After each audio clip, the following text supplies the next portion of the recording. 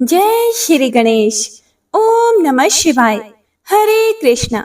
संगीता धर्म सागर परिवार से जुड़े सभी भक्तजनों का दिल से बहुत बहुत स्वागत है। आज बृहस्पतिवार के दिन बृहस्पति देव की बड़ी ही दुर्लभ, बड़ी ही पावन कथा को सुनेंगे। इस कथा को सुनने से भक्तों की सभी मनोकामनाएं भगवान बृहस्पति देव की कृपा से पूर्ण होती हैं। तो आइए पूरे भक्ति भाव और प्रसन्नचित मन से इस कथा का रसपान करते हैं। प्राचीन समय की बात है। भारतवर्ष में एक प्रतापी और दानी राजा राज्य करता था। वह नित्य गरीबों और ब्राह्मणों की सेवा करता था, लेकिन यह बात उसकी रानी को अच्छी नहीं लगती थी। वह ना ही गरीबों को दान देती और ना ही भगवान का पूजन ही करती थी, और राजा को भी दान देने से मना किया करती थी। एक दिन राजा शिकार खेलने के लिए वन को गए हुए थे, तो रानी महल में अकेली थी। उसी समय बृहस्पति देव जी साधु वेश में राजा के महल में भिक्षा मांगने के लिए गए और भिक्षा मांगी। रानी ने भिक्षा देने से इनकार कर दिया और कहा कि हे साधु महाराज, मैं तो दान पुण्य से तंग आ गई हूँ। मेरा पति सारा धन लुटाते रहते हैं।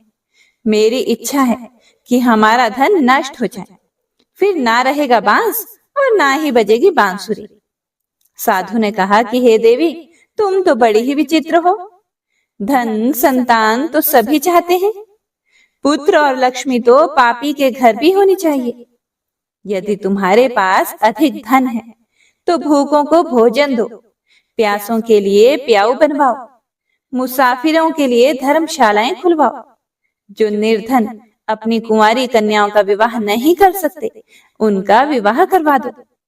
ऐसे और कई काम हैं जिनके करने से तुम्हारा यश लोक परलोक में फैलेगा।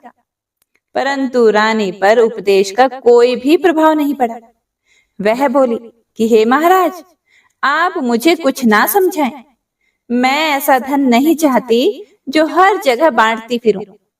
साधु ने उत्तर दिया, यदि तुम्हारी ऐसी इच्छा है तो तथास्तु। तुम ऐसा करना कि बृहस्पतिवार को घर लीप कर पीली मिट्टी से अपना सिर धोकर स्नान करना, भट्टी चढ़ाकर कपड़े धोना। ऐसा करने से आपका सारा धन नष्ट हो जाएगा। इतना कहकर वह साधु महाराज वहां से आलोप हो गए। साधु के अनुसार कई बातों को पूरा करते हुए रानी को केवल 3 बृहस्पतिवार ही बीते थे कि उसकी समस्त धन संपत्ति नष्ट हो गई। भोजन के लिए राजा का परिवार तरसने लगा। तब एक दिन राजा ने रानी से बोला कि हे रानी, तुम यहीं रहो, मैं दूसरे देश को जाता हूँ, क्योंकि यहाँ पर सभी लोग मुझे जानते हैं, इसीलिए मैं कोई छोटा कार्य भी नहीं कर सकता। ऐसा कहकर राजा परदेश को चले गए। वहां पर वह जंगल से लकड़ी काट कर लाते और शहर में बेचते। इस तरह वह अपना जीवन व्यतीत करने लगे। इधर राजा के परदेश जाते ही रानी और दासी दुखी रहने लगे। एक बार जब रानी और दासी को 7 दिन तक बिना भोजन के रहना पड़ा, तो रानी ने अपनी दासी से कहा कि हे दासी, पास के ही नगर में मेरी बहन रहती है, वह बहुत ही धनवान है। तुम उसके पास जाओ और कुछ लेकर आओ, ताकि थोड़ा सा गुजर बसर हो सके। दासी रानी की बहन के पास गई। उस दिन गुरुवार था और रानी की बहन उस समय बृहस्पतिवार की कथा सुन रही थी। दासी ने रानी की बहन को अपनी रानी का संदेश दिया, लेकिन रानी की बड़ी बहन ने कोई भी उत्तर नहीं दिया। जब दासी को रानी की बहन से कोई भी उत्तर नहीं मिला, तो वह बहुत ही दुखी हुई और उसे बहुत गुस्सा भी आया। दासी ने वापस आकर रानी को सारी बात बता दी। यह सुनकर रानी ने अपने भाग्य को कोसा। उधर रानी की बहन ने सोचा कि मेरी बहन की दासी आई थी, परंतु मैं उससे नहीं बोली, इससे वह बहुत दुखी हुई होगी। कथा सुनकर और भोजन समाप्त करके वह अपनी बहन के घर आई और कहने लगी कि हे बहन, मैं बृहस्पतिवार का व्रत कर रही थी, तुम्हारी दासी मेरे घर आई थी, लेकिन जब तक कथा होती है तब तक ना तो उठते हैं और ना ही कुछ बोलते हैं। इसीलिए मैं कुछ नहीं बोली। कहो, दासी क्यों गई थी? फिर रानी बोली, हे बहन, तुमसे क्या छुपाऊं? हमारे घर में खाने तक को अनाज नहीं है। ऐसा कहते कहते रानी की आंखें भर आईं। उसने दासी समेत पिछले 7 दिनों से भूखे रहने तक की बात अपनी बहन को विस्तार पूर्वक सुना दी। रानी की बहन बोली, हे बहन, देखो, भगवान बृहस्पति देव सबकी मनोकामना को पूर्ण करते हैं। शायद तुम्हारे घर में भी अनाज रखा हो, देखो तो। पहले तो रानी को विश्वास ही नहीं हुआ, पर बहन के आग्रह करने पर उसने अपनी दासी को अंदर भेजा, तो उसे सच में अनाज से भरा हुआ एक घड़ा मिल गया। यह देखकर दासी को बड़ी ही हैरानी हुई। दासी रानी से कहने लगी कि हे रानी, जब हमको भोजन नहीं मिलता तो हम व्रत ही तो रखते हैं, इसीलिए क्यों ना इनसे व्रत की कथा और विधि पूछ ली जाए, ताकि हम भी व्रत कर सके। तब रानी ने अपनी बहन से बृहस्पतिवार व्रत के बारे में पूछा। उसकी बहन ने बताया, बृहस्पतिवार के व्रत में चने की दाल और मुनक्का से विष्णु भगवान का केले की जड़ में पूजन करें तथा दीपक जलाएं, व्रत कथा सुने और पीला भोजन ही करें। इससे बृहस्पति देव प्रसन्न होते हैं। व्रत और पूजा विधि बताकर रानी की बहन अपने घर को लौट गई। 7 दिन के बाद जब गुरुवार आया तो रानी और दासी ने व्रत रखा। घुड़साल में जाकर चना और गुड़ लेकर आई। फिर उससे केले की जड़ तथा विष्णु भगवान का पूजन किया, कथा की और आरती की। अब पीला भोजन कहाँ से आए, इस बात को लेकर दोनों बड़ी दुखी हुई, क्योंकि उन्होंने व्रत रखा था। इसीलिए बृहस्पति देव उनसे प्रसन्न थे। इसीलिए वे एक साधारण व्यक्ति का रूप धारण करके 2 थालों में सुंदर पीला भोजन दासी को देकर चले गए। भोजन पाकर दासी बड़ी ही खुश हुई और फिर रानी के साथ मिलकर भोजन ग्रहण किया। उसके बाद वे सभी गुरुवार को व्रत और पूजन करने लगे। बृहस्पति भगवान की कृपा से उनके पास फिर से धन संपत्ति आ गई। हे प्रिय भक्तों, लेकिन रानी फिर से पहले की तरह आलस्य करने लगी। यह देखकर फिर दासी रानी से बोली कि देखो रानी, तुम पहले भी इस प्रकार आलस्य करती थी। तुम्हें धन रखने में कष्ट होता था, इस कारण सभी धन नष्ट हो गया था। और अब जब भगवान बृहस्पति देव की कृपा से धन मिला है तो तुम्हें फिर से आलस्य होता है। रानी को समझाते हुए दासी कहती है कि बड़ी मुसीबतों के बाद हमने यह धन पाया है, इसीलिए हमें दान पुण्य करते रहना चाहिए। अब तुम भूखे मनुष्यों को भोजन कराओ, प्याऊ लगवाओ, ब्राह्मणों को दान दो, कुआं, तालाब, बावड़ी और बाग बगीचे आदि का निर्माण करवाओ, मंदिर, पाठशाला और धर्मशाला बनवाकर दान दो, निर्धनों की कुंवारी कन्याओं का विवाह करवाओ, साथ ही यज्ञ आदि कर्म करो, अपने धन को शुभ कार्यों में खर्च करो, जिससे कि तुम्हारे कुल का यश बढ़े और स्वर्ग प्राप्त हो और पितृ भी प्रसन्न हो। दासी की यह बात सुनकर रानी शुभ कर्म करने लगी। उसका यश फैलने लगा। एक दिन रानी और दासी आपस में विचार करने लगी कि ना जाने राजा किस दशा में होंगे। उनकी कोई खोज खबर भी नहीं है। उन्होंने श्रद्धा पूर्वक बृहस्पति भगवान से प्रार्थना की कि राजा जहां कहीं भी हों, शीघ्र ही वापस आ जाएं। उधर राजा प्रदेश में बड़ा ही दुखी रहने लगा। वह प्रतिदिन जंगल से लकड़ियां काट कर लाता और उसे शहर में बेचकर अपने दुखी जीवन को बड़ी ही कठिनता से व्यतीत कर रहा था। एक दिन दुखी होकर अपनी पुरानी बातों को याद करके वह राजा रोने लगा और उदास हो गया। उसी समय राजा के पास बृहस्पति देव साधु के वेश में आए और बोले कि हे राजन, तुम इस सुनसान जंगल में किस चिंता में बैठे हो, मुझे बतलाओ। यह सुनकर राजा की आंखों में आंसू आ गए। राजा ने हाथ जोड़कर साधु को प्रणाम किया और संपूर्ण कहानी अपनी सुना दी। महात्मा तो दयालु होते हैं। उन्होंने राजा से कहा कि हे राजन, तुम्हारी पत्नी ने बृहस्पतिवार के दिन बृहस्पति भगवान का निरादर किया था, जिसके कारण रुष्ट होकर उन्होंने तुम्हारी यह दशा कर दी है। अब तुम चिंता मत करो, मेरे कहने पर चलो तो तुम्हारे सभी कष्ट दूर हो जाएंगे और भगवान पहले से भी अधिक संपत्ति देंगे। देखो, अब तुम्हारी पत्नी ने बृहस्पतिवार का व्रत शुरू कर दिया है। अब तुम भी बृहस्पतिवार का व्रत शुरू करके चने की दाल और गुड़ जल के लोटे में डालकर केले का पूजन करो, फिर कथा कहो या सुनो। भगवान तुम्हारी सभी मनोकामनाओं को पूर्ण करेंगे। हे प्रिय भक्तों, साधु के ऐसे वचन सुनकर राजा बोले कि हे प्रभु, मुझे लकड़ी बेचकर इतना पैसा नहीं मिलता जिससे भोजन के उपरांत भी कुछ बचा सकूं। रात को मैंने अपनी रानी को बहुत ही व्याकुल देखा है। मेरे पास कोई साधन भी नहीं है जिससे मैं उसकी खबर मंगा सकूं। फिर मैं कौन सी कहानी कहूं, यह भी मुझे मालूम नहीं। साधु ने कहा, हे राजन, मन में बृहस्पति भगवान के पूजन व्रत का निश्चय करो। वे स्वयं ही तुम्हारे लिए कोई ना कोई राह जरूर बना देंगे।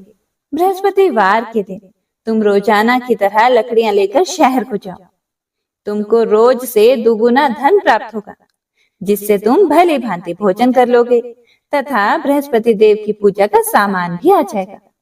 और तुमने जो बृहस्पतिवार की कहानी के बारे में मुझसे पूछा है, वह इस प्रकार है, ध्यान पूर्वक सुनो। साधु महाराज उसे कहानी सुनाते हुए बोले, प्राचीन काल में एक ब्राह्मण रहता था। वह बहुत ही गरीब था। उसके कोई संतान भी नहीं थी। उसकी पत्नी बड़ी ही मलिनता के साथ रहती थी। वह ना तो स्नान करती और ना ही किसी देवता का पूजन किया करती थी। इससे ब्राह्मण देवता बड़े ही दुखी रहते थे। बेचारे बहुत कुछ कहते थे, किंतु उसका कुछ भी परिणाम नहीं निकलता था।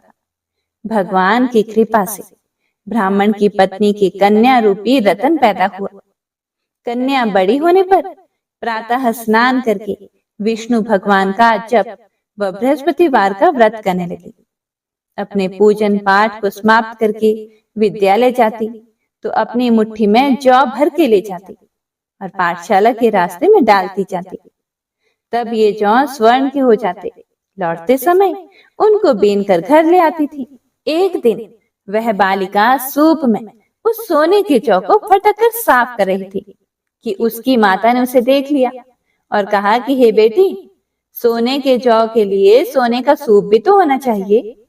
दूसरे ही दिन बृहस्पतिवार था। इस कन्या ने व्रत रखा और बृहस्पति देव से प्रार्थना करके कहा कि मैंने आपकी पूजा सच्चे मन से की हो तो मेरे लिए सोने का सूप दे दो। बृहस्पति देव ने उसकी प्रार्थना स्वीकार कर ली। रोजाना की तरह वह कन्या जौ फैलाती हुई जाती तथा वापस लौटती पर जौ बीन कर लाती। तो बृहस्पति देव की कृपा से सोने का सूप मिल गया। उसे वह घर ले आई और उसमें जौ साफ करने लगी, परंतु उसकी माँ का तो वही ढंग रहा। एक दिन की बात है, वह कन्या सोने के सूप में जौ साफ कर रही थी।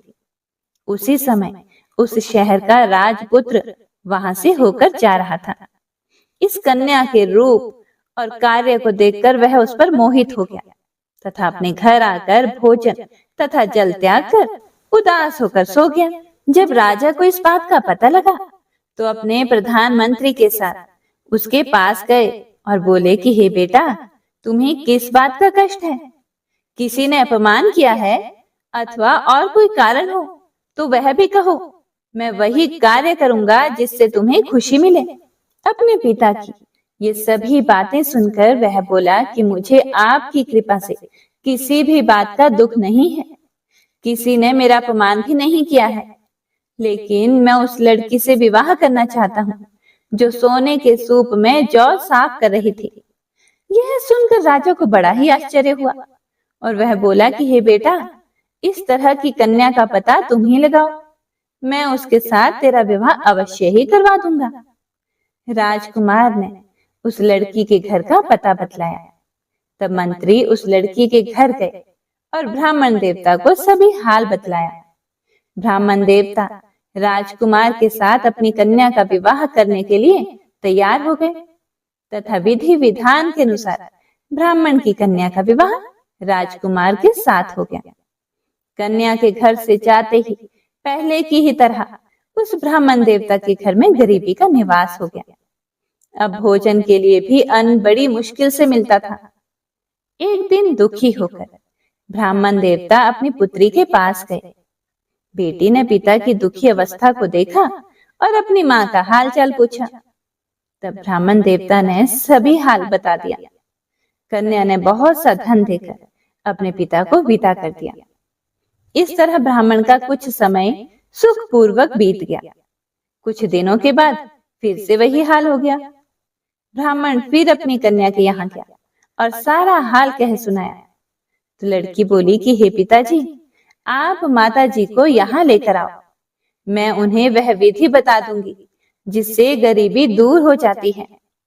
वह ब्राह्मण देवता अपनी स्त्री को साथ लेकर पहुंचे तो अपनी माँ को समझाने लगी कि हे माँ, तुम प्रातः काल प्रथम स्नान आदि करके विष्णु भगवान का पूजन किया करो तो सब दरिद्रता दूर हो जाएगी। परंतु उसकी माँ ने एक भी बात नहीं मानी और प्रातः काल उठकर अपनी पुत्री के बच्चों की जूठन को खा लिया।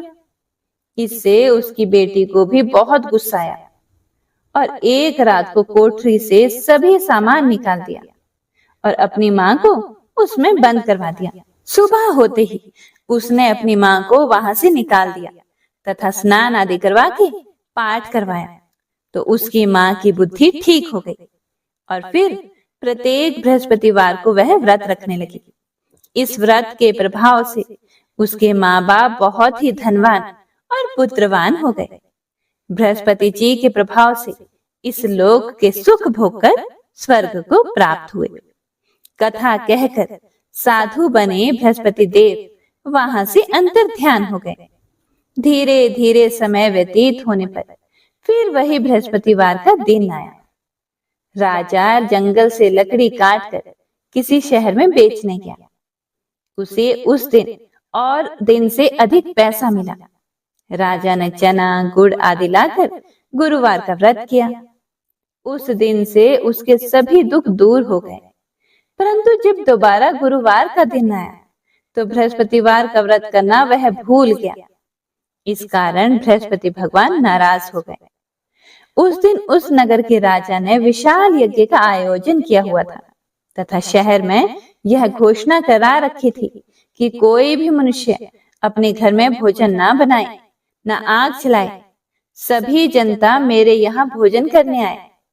इस आज्ञा को जो ना मानेगा उसे फांसी की सजा दी जाएगी। इस तरह की घोषणा संपूर्ण नगर में करवा दी गई। राजा की आज्ञा अनुसार शहर के सभी लोग भोजन करने गए, लेकिन राजा कुछ देर से पहुंचा।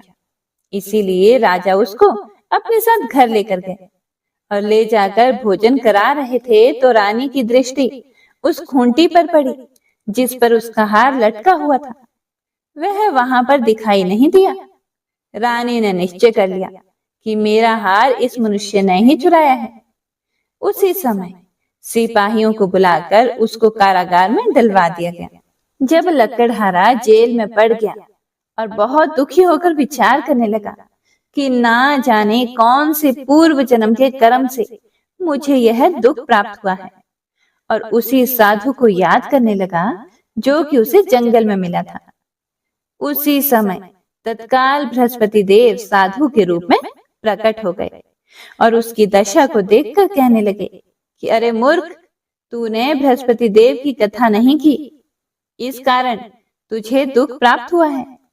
अब चिंता मत कर, बृहस्पतिवार के दिन जेल के दरवाजे पर 4 पैसे तुझे पड़े हुए मिलेंगे। उनसे तुम बृहस्पति देव की पूजा करना और तेरे सभी कष्ट दूर हो जाएंगे। बृहस्पतिवार के दिन उसे जेल के दरवाजे पर 4 पैसे मिले। लकड़हारे ने कथा कही। उसी रात को बृहस्पति देव ने उस नगर के राजा को स्वप्न में कहा कि हे राजन, तुमने जिस आदमी को जेल में बंद कर दिया है वह बिल्कुल निर्दोष है। वह एक राजा है, उसे छोड़ देना। रानी का हार उसी खूंटी पर लटका है। अगर तू ऐसा नहीं करेगा तो मैं तेरे राज्य को नष्ट कर दूंगा। इस तरह रात के स्वप्न को देखकर राजा प्रातः काल उठा और खूंटी पर हार देखकर लकड़हारे को बुलाकर क्षमा मांगी तथा लकड़हारे को योग्य सुंदर वस्त्र आभूषण देकर विदा कर दिया। बृहस्पति देव की आज्ञा अनुसार लकड़हारा अपने नगर को चल दिया। राजा जब अपने नगर के पास ही पहुंचा तो उसे बड़ा ही आश्चर्य हुआ। नगर में पहले से भी ज्यादा अधिक बाग, तालाब, कुएं तथा बहुत सी धर्मशाला, मंदिर आदि बनवाए गए थे। राजा ने पूछा कि यह किसका बाग और धर्मशाला है। तब नगर के सभी लोग कहने लगे कि यह सब रानी और दासी के हैं। तो राजा को यह सुनकर बड़ा ही आश्चर्य हुआ और गुस्सा भी आया कि रानी के पास इतना पैसा कहां से आ गया। जब रानी ने यह खबर सुनी कि राजा आ रहे हैं तो उन्होंने दासी से कहा कि दासी देख, राजा हमको कितनी बुरी हालत में छोड़ के गए थे। हमारी ऐसी हालत देखकर वह लौट ना जाए, इसीलिए तुम दरवाजे पर खड़ी हो जाओ। आज्ञा अनुसार दासी दरवाजे पर खड़ी हो गई। जब राजा आए तो वह राजा को अपने साथ लेकर आई। तब राजा ने क्रोध करके अपनी रानी से पूछा कि यह धन तुम्हें कैसे प्राप्त हुआ। तब उन्होंने कहा, हमें यह सब कुछ, सारा धन बृहस्पति देव के इस व्रत के प्रभाव से प्राप्त हुआ है। राजा ने फिर निश्चय कर लिया कि 7 रोज बाद जो सभी बृहस्पति देव का पूजन करते हैं, परंतु मैं प्रतिदिन 3 बार कहानी तथा रोज व्रत किया करूंगा। अब हर समय राजा के दुपट्टे में चने की दाल बंद ही रहती तथा दिन में 3 बार कहानी कहता। एक रोज राजा ने विचार किया कि चलो अपनी बहन के यहाँ हो आए। इस तरह निश्चय करके राजा घोड़े पर सवार होकर अपनी बहन के यहाँ को चलने लगा। रास्ते में उसने देखा कि कुछ आदमी एक मुर्दे को लेकर जा रहे हैं। उन्हें रोककर राजा कहने लगा कि अरे भाइयों, मेरी बृहस्पति देव की कथा सुन लो। वे बोले, लो, हमारा तो आदमी मर गया और इसको अपनी कथा की पड़ी है। परंतु कुछ आदमी बोले कि अच्छा कहो, हम तुम्हारी कथा भी सुनेंगे। राजा ने दाल निकाली और जब कथा आधी हुई तो मुर्दा हिलने लगा और जब कथा समाप्त हो गई तो राम राम करके मनुष्य उठकर खड़ा हो गया। आगे रास्ते में उसे एक किसान खेत में हल चलाता हुआ मिला। राजा ने उसे देखा और उसे बोला कि अरे भैया, तुम मेरी बृहस्पतिवार की कथा सुन लो। किसान बोला कि जब तक मैं तुम्हारी कथा सुनूंगा तब तक 4 हरिया जोत लूंगा। जा अपनी कथा किसी और को सुना। इस तरह राजा आगे चलने लगा। राजा के हटते ही बैल पछाड़ खाकर गिर गए तथा किसान के पेट में बड़ी जोर का दर्द होने लगा। उस समय उसकी माँ रोटी लेकर आई। उसने जब यह देखा तो अपने पुत्र से सब हाल पूछा और बेटे ने सभी हाल कह सुनाया। तो बुढ़िया दौड़ी दौड़ी उस घुड़सवार के पास गई और उससे बोली कि मैं तेरी कथा सुनूंगी, तू अपनी कथा मेरे खेत पर चलकर ही कहना। राजा ने बुढ़िया के खेत पर जाकर कथा कही, जिसके सुनते ही वह बैल उठ खड़ा हुआ तथा किसान के पेट का दर्द भी बंद हो गया। राजा अपनी बहन के घर पहुंचा। बहन ने भाई की खूब मेहमानी की। दूसरे ही दिन प्रातःकाल राजा जगा तो वह देखने लगा कि सब लोग भोजन कर रहे हैं। राजा ने अपनी बहन से कहा, ऐसा कोई मनुष्य है जिसने भोजन नहीं किया हो? मेरी बृहस्पतिवार की कथा सुन लो। बहन बोली, हे भैया, यह देश ऐसा ही है। पहले यहाँ लोग भोजन करते हैं, उसके बाद में अन्य काम करते हैं। अगर कोई पड़ोस में हो तो देख आती हूँ। वह ऐसा कहकर देखने चली गई, परंतु उसे कोई भी ऐसा व्यक्ति नहीं मिला जिसने भोजन ना किया हो। इसीलिए वह एक कुम्हार के घर में गई, जिसका लड़का बीमार था। उसे मालूम हुआ कि उनके यहाँ 3 रोज से किसी ने भी भोजन नहीं किया है। रानी ने अपने भाई की कथा सुनने के लिए कुम्हार से कहा और वह तैयार भी हो गया। राजा ने जाकर बृहस्पतिवार की कथा कही, जिसको सुनकर उसका लड़का ठीक हो गया। अब तो राजा की प्रशंसा होने लगी। एक रोज राजा ने अपनी बहन से कहा कि हे बहन, हम अपने घर को जाएंगे, तुम भी तैयार हो जाओ। राजा की बहन ने अपनी सास से कहा। फिर सास ने कहा कि हाँ चली जा, परंतु अपने लड़कों को मत लेकर जाना, क्योंकि तेरे भाई के कोई भी औलाद नहीं है। बहन ने अपने भैया से कहा कि हे भैया, मैं तो चलूंगी, पर कोई बालक नहीं चलेगा। राजा बोला, जब कोई बालक नहीं चलेगा तब तुम भी क्या करोगी?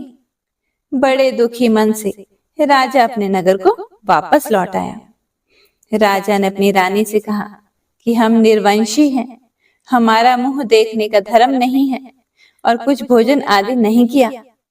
रानी बोली कि हे प्रभु, बृहस्पति देव ने हमें सब कुछ दिया है, वही हमें औलाद भी देंगे। उसी रात को बृहस्पति देव ने राजा से स्वप्न में कहा कि हे राजा उठो, सभी सोच त्याग दो, तेरी रानी गर्भ से है। यह सुनकर राजा बहुत खुश हुआ। 9वें महीने में उसकी पत्नी के गर्भ से एक सुंदर पुत्र पैदा हुआ।